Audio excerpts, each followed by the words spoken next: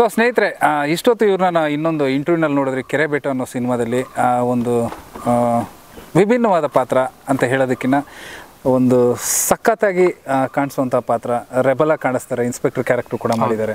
So ಹೇಗೆ ಅನ್ನಿಸ್ತಾ ಇದೆ ನಿಮಗೆ ಈ ಒಂದು welcome to the show first? Thank you sir. ಹೇಗಿದ್ದೀರಿ? ಚೆನ್ನಾಗಿದೆ, ನೀವು sir? Fine thank you. Okay. So ನಿಮ್ಮ ಪಾತ್ರದ ಬಗ್ಗೆ ಸಾಕಷ್ಟು ವಿಶ್ಲೇಷಣೆನ ಕೊಟ್ರಿ. ಹೌದು. ನಿಮ್ಮ ಬ್ಯಾಕ್ಗ್ರೌಂಡ್ ಬಗ್ಗೆ ಕೇಳ್ಬೋದಾ ನಾವು? ಆ್ಯಕ್ಟ್ರ್ ಆಗೋದಕ್ಕಿಂತ ಮುಂಚೆ ಅಥವಾ ಏನು? ನನಗೆ ಇದು ಸ್ಕೂಲ್ ಡೇಸಿಂದನೇ ಶುರು ಆಯಿತು ಆ್ಯಕ್ಟಿಂಗ್ ಮೇಲೆ ಒಲವು. ಅಂದರೆ ಓದೋದ್ರ ಮೇಲೆ ಇರಲಿಲ್ಲ. ಸ್ಕೂಲಲ್ಲಿ ಏನಾದರೂ ನಾಟಕ ಬಂದಾಗ ಕರಿತಿದ್ರು, ಅಯ್ಯ ಬಾರಪ್ಪ ಮಾಡು. ಅವಾಗ ಸಣ್ಣ ಪುಟ್ಟನೇ ಮಾಡ್ತಿದ್ದಿದ್ದು. ಅದು ಆಗ್ತಂಗೆ ಸ್ವಲ್ಪ ಇದ್ರ ಮೇಲೆ ಒಲವು ಜಾಸ್ತಿನೇ ಆಗಕ್ಕೆ ಬಂತು. ಸೊ ಒಂದಷ್ಟು ಕಡೆ ಸೇರ್ಕೋಬೇಕು, ಎಲ್ಲರೂ ಆ್ಯಕ್ಟಿಂಗ್ ಕ್ಲಾಸ್ ಸೇರಬೇಕು, ಇದಕ್ಕೊಂದು ತರಬೇತಿ ಬೇಕು, ಸುಮ್ಮನೆ ಏನು ಮಾಡೋಕ್ಕಾಗಲ್ಲ ಅಂತ. ಹಾಗೆ ರವೀಂದ್ರ ಕಲಾಕ್ಷೇತ್ರ ಹತ್ರ ಸುಮ್ಮನೆ ಸುತ್ತಾ ಅಲ್ಲಿ ಯಾರೋ ಹೇಳಿದರು ನನಗೆ, ಇಲ್ಲೆಲ್ಲ ನಾಟಕ ಪ್ರಾಕ್ಟೀಸ್ ನಡೀತಿರುತ್ತೆ, ನಾಟಕದ ಶೆಡ್ ಇದಾವಲ್ಲಿ, ಅಲ್ಲಿ ಪ್ರಾಕ್ಟೀಸ್ ನಡೀತಿರುತ್ತೆ, ನೀನು ಅಲ್ಲಿ ಹೋದರೆ ಸೇರಿಸ್ಕೋತಾರೆ. ಹೋದೆ, ಅಲ್ಲಿ ಸೇರಿಕೊಂಡೆ. ಸಂಗ್ಯಾ ಬಾಳ್ಯ ಅಂತ ಹೇಳಿ ನಾಟಕ ಮಾಡಿದೆ. ಅದರಲ್ಲಿ ಒಂದು ಸಣ್ಣ ಪೋಸ್ಟ್ ಮ್ಯಾನ್ ಕ್ಯಾರೆಕ್ಟರ್ ಕೊಟ್ಟಿದ್ರು. ಆಯಿತು, ಒಂದು 10 ಶೋ ಆಯಿತು. ಅದಾದಮೇಲೆ ಸೆಕೆಂಡ್ PUC ಎಕ್ಸಾಮ್ ಮನೇಲಿ ಓದಿ ಫಸ್ಟ್ ಎಕ್ಸಾಮ್ ಬರಿ ಅಂತೇಳಿ ಕುಣಿಸಿದ್ರು. ಅದಾಗಿದ ತಕ್ಷಣ ನನಗೆ ಸಿಕ್ಕಿದಂಥ ಟೀಮ್, ಲಾಕ್ಡೌನ್ ಟೈಮಲ್ಲಿ ಸಿಕ್ಕಿದ್ದು ಸರ್ ನನಗೆ ಟೀಮ್. ಅದು ರಂಗವಿಜಯ ಅಂತ ಹೇಳಿ ನಮ್ಮ ಮಾಲೂರು ವಿಜಯ್ ಸರ್ ಅಂತ ನಡೆಸ್ಕೊಂಡು ಹೋಗ್ತಾರೆ. ಈಗ ನಮ್ಮ ಆಫೀಸು ಮಲ್ಲೇಶ್ವರದಲ್ಲಿದೆ. ಅಲ್ಲಿ ನಾನು ನಾಟಕ ಕಲಿಯೋಕ್ಕೆ ಶುರು ಮಾಡಿದೆ. ನಮ್ಮ ಗುರುಗಳಾದಂಥ ಕೃಷ್ಣಮೂರ್ತಿ ಕೌತಾರ್ ಸರ್ ಇರ್ಬೋದು, ಇಂಥವ್ರ ಅವರು ನಮ್ಮ ಮಾಲೂರು ವಿಜಯ್ ಸರ್ ಅಂಥವ್ರನ್ನೆಲ್ಲ ಕರೆಸಿ ನಮ್ಗೆ ಒಳ್ಳೆ ತರಬೇತಿ ಕೊಟ್ಟು ಅಲ್ಲೇ ನಾಟಕ ಮಾಡಿದ್ವಿ ನಾವು. ಸುಮಾರು 4 ನಾಟಕ ಆಗಿದೆ ನಮ್ಮದು. ತೊರೆದು ಜೀವಿಸಬಹುದೇ, ಒಂದು ಸಾವಿನ ಸುತ್ತ, ಆಮೇಲೆ ನಾಕುಲ ಅಂತ ಹೇಳಿ, ಆಮೇಲೆ ಮೇನ್ ಆಗಿ ಇದು ಸ್ವಾತಂತ್ರ್ಯ ಸಮರ ಕರುನಾಡು ಅಮರ ಅಂತ ಹೇಳಿ.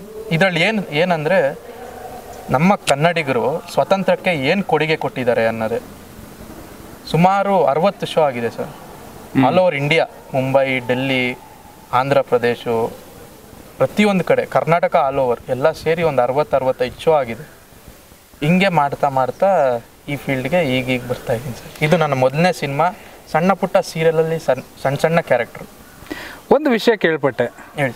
ರಘು ಅವರು ಸಂಗೊಳ್ಳಿ ರಾಯಣ್ಣ ಪಾತ್ರ ಕೂಡ ಮಾಡಿದ್ದಾರೆ ಅಂತ. ಇದಕ್ಕೆ ಇನ್ಸ್ಪಿರೇಷನ್ ಯಾರು ಇರಬಹುದು ಸರ್? ಇದು ಇನ್ನೊಂದು ಫಸ್ಟಾಗಿ ಏನಂದರೆ, ನಾನು ಪಕ್ಕ ಡಿ ಬಾಸ್ ಅಭಿಮಾನಿ. ಹೌದಾ? ನಾವು ಚಾಲೆಂಜಿಂಗ್ ಸ್ಟಾರ್ ಡಿ ಬಾಸ್ ಅಭಿಮಾನಿ ನಾವು. ನಮ್ಮ ಸರ್ರು ಕ್ಯಾರೆಕ್ಟರ್ಸ್ ಬರ್ದಿದ್ರು. ಈ ನಮ್ಮ ಸ್ವಾತಂತ್ರ್ಯ ಸಮರ ಕರುನಾಡು ಅಮರದಲ್ಲಿ ಎಲ್ಲ ಕ್ಯಾರೆಕ್ಟ್ರು ಇದೆ. ಹಬ್ಬಕ್ಕ, ರಾಣಿ ಚೆನ್ನಮ್ಮ, ಸಂಗೊಳ್ಳಿ ರಾಯಣ್ಣ. ಅದಾಗ್ತಾ ನೆಕ್ಸ್ಟ್ ಹಂಗೆ ಗಾಂಧಿ ಯುಗಕ್ಕೆ ಚೇಂಜ್ ಆಗುತ್ತೆ. ಅದೇನೋ ಗೊತ್ತಿಲ್ಲ ಸರ್, ನಮ್ಮ ಸರ್ ಸಂಗೊಳ್ಳಿ ರಾಯಣ್ಣ ನೀನೇ ಮಾಡು ಅಂದ್ರು. ನನ್ಗೆ ಎಲ್ಲಿಲ್ಲದ ಖುಷಿ ನನಗೆ, ಯಾಕಂದ್ರೆ ನಮ್ಮ ಬಾಸ್ ಮಾಡಿದ್ದಾರೆ, ನನಗೂ ಈಗ ಅದೇ ಕ್ಯಾರೆಕ್ಟರ್ ಸಿಕ್ಕಿದೆ ಅನ್ನೋ ಒಂದು ಖುಷಿ ಕೂಡ. ಅದು ನಂಗೆ ತುಂಬಾನೇ ಖುಷಿ ಕೊಡ್ತು. ಆಮೇಲೆ ಡ್ರೆಸ್ಸು, ನಮ್ಮ ಸರ್ ಏನೋ ಒಂದು ಹೇಳಿದ್ರೆ ನಾನು ಫಿಲಮ್ ನೋಡೋದು ಹೆಂಗೆ ಹಾಕಿದ್ರು, ನೀವು ಈಗಲೂ ನಾನು ಫೋಟೋಸ್ ಬೇಕಿರೋ ತೋರಿಸ್ತೀನಿ, ಅದೇ ಥರ ಹೊಲ್ಸ್ಕೊ ಬಂದಿದ್ದೀನಿ ಸರ್. ಏನು ನನ್ನ ಬೇಡಿ ಹಾಕಿ ಕಟ್ಟಿರ್ತಾರೆ, ಏನು ಬ್ರಿಟಿಷರು ಕುತಂತ್ರದಿಂದ ರಾಯಣ್ಣನ ಬಂಧಿಸಿರ್ತಾರೆ. ಸೊ ಆ ಸೀನಲ್ಲಿ ದರ್ಶನ್ ಏನು ಹಾಕಿದ್ದಾರೆ, ಸೊ ಅಲ್ಲಿ ಹೋಗಿ ಅದೇ ಥರದ ಬಟ್ಟೆ ಹೊಲ್ಸ್ಕೊಂಡು, ಬ್ರೌನ್ ಕಲರ್ ಇದೆ ಆ ಟೈಮ್ಗೆ ಕೂದಲು ಬಿಟ್ಕೊಂಡು ಚೈನ್ ಹಾಕಿರ್ತಾರೆ ದರ್ಶನ್ ಸರ್. ಅಲ್ಲಿ ನಾನು ಅದೇ ಥರ ಬಟ್ಟೆ ಹೊಲ್ಸ್ಕೊಂಡು, ಅವ್ರು ಯಾವ ಥರ ಹೊಲ್ದಿದ್ದಾರೆ ಕಸೆ ಅಂಗಿ ಅಂತೀವಿ, ಅದು ಹೊಲ್ಸ್ಕೊಂಡು ಅದೇ ಥರ ಪಂಚೆ. ತಿರ್ಗಿ ಚೇಂಜ್ ಮಾಡಬೇಕು ಅಂದರೂ ಬೇರೆ ಇನ್ಯಾವ ಕಲರ್ ಇದೆ ನೋಡಿ ಚೇಂಜ್ ಮಾಡೋದು. ಬಟ್ ತುಂಬ ಖುಷಿ ಕೊಡ್ತು. ಜನನೂ ತುಂಬ ಚೆನ್ನಾಗಿ ಮೆಚ್ಕೊಂಡಿದ್ದಾರೆ ಆ ಕ್ಯಾರೆಕ್ಟರ್ನ. ನಾವೆಲ್ಲೇ ಹೋಗಿ ಮಾಡಿದ್ರು ಶಿಳ್ಳೆ ಚಪ್ಪಾಳೆ ಕೇಳೋಕ್ಕೆ ಖುಷಿ. ಅದಕ್ಕೆ ನಮ್ಮ ಮಾಲೂರು ವಿಜಯ್ ಸರ್ಗೂ ಥ್ಯಾಂಕ್ಸ್ ಹೇಳಬೇಕು.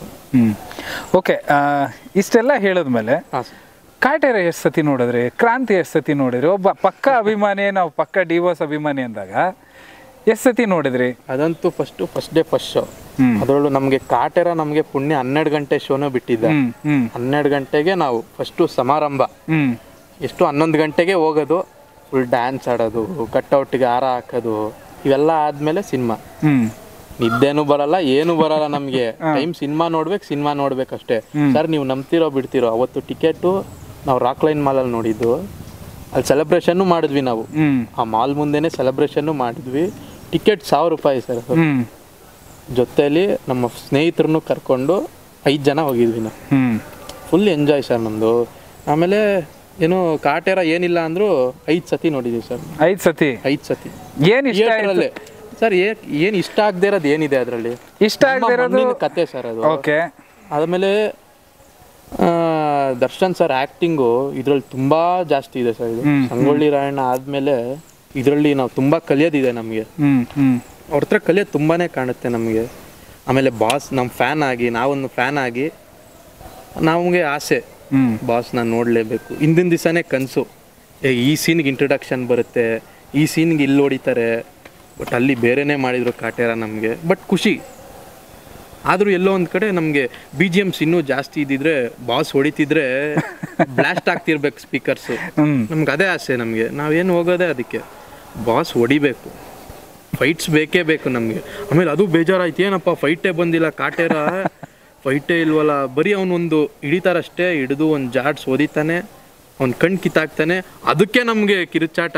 ಅದಾದ್ಮೇಲೆ ಬಂತು ನೋಡಿ ಅರ್ಚಾಟ, ಕಿರ್ಚಾಟ ಪ್ರತಿಯೊಂದು ಇರುತ್ತೆ. ಬಟ್ ಒಳ್ಳೆ ಮೆಸೇಜು, ಈ ಥರದ ಸಿನಿಮಾನೂ ಬರಬೇಕು ಸರ್, ತುಂಬ ಬರಬೇಕು. ಏನೋ ಒಂದು ಲೂಪ್ ಹೋಲ್ಸ್ ಅಂತೂ ಇದ್ದೇ ಇರುತ್ತೆ ಕಾಟೇರದಲ್ಲಿ. ಈಗ ಫ್ಯಾನ್ಸ್ಗೆ ಏನು ಅಂತಂದ್ರೆ ಪರಿಪೂರ್ಣವಾಗಿ ಈಗ ಎಲ್ಲೋ ಬಾಡೂಟಕ್ಕೆ ಹೋದ್ರೆ ಯಾರನ್ನೂ ಸ್ಯಾಟಿಸ್ಫ್ಯಾಕ್ಷನ್ ಮಾಡೋಕ್ಕಾಗಲ್ಲ ಅಂತ ಬಾಡೂಟ್ತಾರೆ. ಹೌದೌದು, ಅದರಲ್ಲಂತೂ ಆಗಲ್ಲ ಬಿಡಿ. ಹಂಗೆ ದರ್ಶನ್ ಸರ್ ಸಿನಿಮಾದಲ್ಲಿ ಕಾಟೇರ ಸಿನಿಮಾ ವೈಯಕ್ತಿಕವಾಗಿ ಹೇಳಬೇಕು ಅಂತಂದ್ರೆ ಏನೋ ಒಂದು ಕಮ್ಮಿ ಆಯ್ತಪ್ಪ ಅಂತ ಸಾಕಷ್ಟು ಜನ ಹೇಳಿದ್ರು. ಏನಿರ್ಬೋದು ಅದು ನಿಮ್ಮ ಪ್ರಕಾರ? ಅಂತ ಕಮ್ಮಿ ಅಂತ ಇಲ್ಲ, ಬಟ್ ನಮ್ಗೇನೋ ಒಂದು ಸ್ವಲ್ಪ ಇದಾಗಿದೆ ಅಂದ್ರೆ ಬ್ಯಾಕ್ಗ್ರೌಂಡ್ ಸ್ಕೋರ್ ಸರ್. ಯಾವುದು ಇದು ಬರುತ್ತೆ ನೋಡಿ, ಇದು ಚಕ್ರ, ಎತ್ತಿನ ಗಾಡಿ ಚಕ್ರ ಎತ್ಕೊಂಡು ಥೀಮ್ ಸಾಂಗ್ ಬರುತ್ತಲ್ಲ, ಥೀಮ್ ಸಾಂಗ್ ಬರುತ್ತಲ್ಲ, ಅದು ನಮ್ಗೆ ತುಂಬಾ ಫೇವ್ರೇಟ್. ಅದು tan tan tan tan tan tan tan tan, ಆ ಸೌಂಡ್ ಇನ್ನೂ ಸ್ವಲ್ಪ ಹೊತ್ತು ಜಾಸ್ತಿ ಬೇಕಾಗಿತ್ತು, ಎಕ್ಸ್ಟೆಂಡ್ ಆಗಿದ್ದಿದ್ರೆ ನಾವು ಕಾಯ್ತಿದ್ದೆ ಆ ಸೌಂಡ್ಗೆ. ಟೀಸರ್ ಬಿಟ್ಟಾಗ ಆ ಸೌಂಡ್ನ ಬಿಟ್ಟಿದ್ರು, ನಮ್ಗೆ ಖುಷಿ, ಏನು ಸೌಂಡ್ ಮಾಡಿದಾರಪ್ಪ. ಬಟ್ ಹಂಗಂತ ಬ್ಯಾಕ್ಗ್ರೌಂಡ್ ಸ್ಕೋರ್ ಬೇರೆಲ್ಲ ಚೆನ್ನಾಗಿಲ್ಲ ಅಂತಲ್ಲ, ಇನ್ನು ಬೇಕಾಗಿತ್ತು ಅಂತ. ಎಷ್ಟು ಜಾಸ್ತಿ ಮಾಡ್ತೀವೋ ನಾವು ಫ್ಯಾನ್ಸ್ ಅಷ್ಟು ಜೋಶ್ ಆಗ್ಬಿಡ್ತೀವಿ ನಾವು ಆ ಟೈಮ್ಗೆ. ಯಾಕಂದ್ರೆ ಬಾಸು ಆ ದೇಹ ಅವರಿಂದ ತುಂಬಾ ಇನ್ಸ್ಪೈರ್ ಆಗಂತ ತುಂಬಾ ಇದೆ.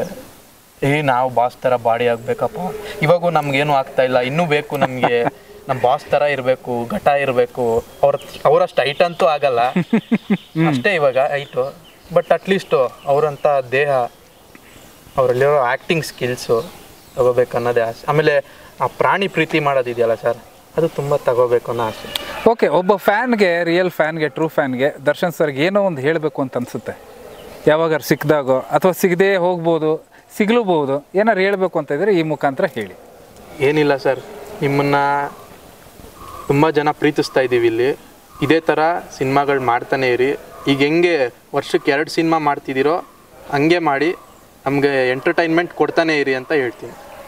Thank you. ಇಷ್ಟೊತ್ತವರೆಗೂ ರಘು ಒಬ್ಬ ಪಕ್ಕ ಡಿ ಬಾಸ್ ಅವರ, ದರ್ಶನ್ ಸರ್ ಅವರ ಅಭಿಮಾನಿ. ಇಷ್ಟೊತ್ತವರೆಗೂ ನನಗೆ ಆಕಸ್ಮಿಕವಾಗಿ ಸಿಕ್ಕಿದ್ದು, ಬಹಳಷ್ಟು ವಿಚಾರಗಳು ತಿಳ್ಕೊಂಡೆ. ಇನ್ನು ಹೆಚ್ಚೆಚ್ಚು ಸಿನಿಮಾ ವಿಚಾರವಾಗಿ ಇವರ ಕೆರೆಬೇಟೆ ಸಿನಿಮಾ ಕೂಡ ಬರ್ತಾ ಇದೆ.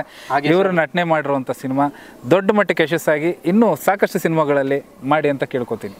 ದಯವಿಟ್ಟು ಮಾರ್ಚ್ 15ಕ್ಕೆ ನಮ್ಮ ಕೆರೆಬೇಟೆ ಸಿನಿಮಾನ ಎಲ್ಲರೂ ಚಿತ್ರಮಂದಿರಕ್ಕೆ ಹೋಗಿ ನೋಡಿ, ನಮ್ಮನ್ನು ಬೆಳೆಸಿ ಆರೈಸಿ, ಅಷ್ಟೇ ಹೇಳೋಕ್ಕೆ ಇಷ್ಟಪಡ್ತೀನಿ. Thank you very much. Thank you.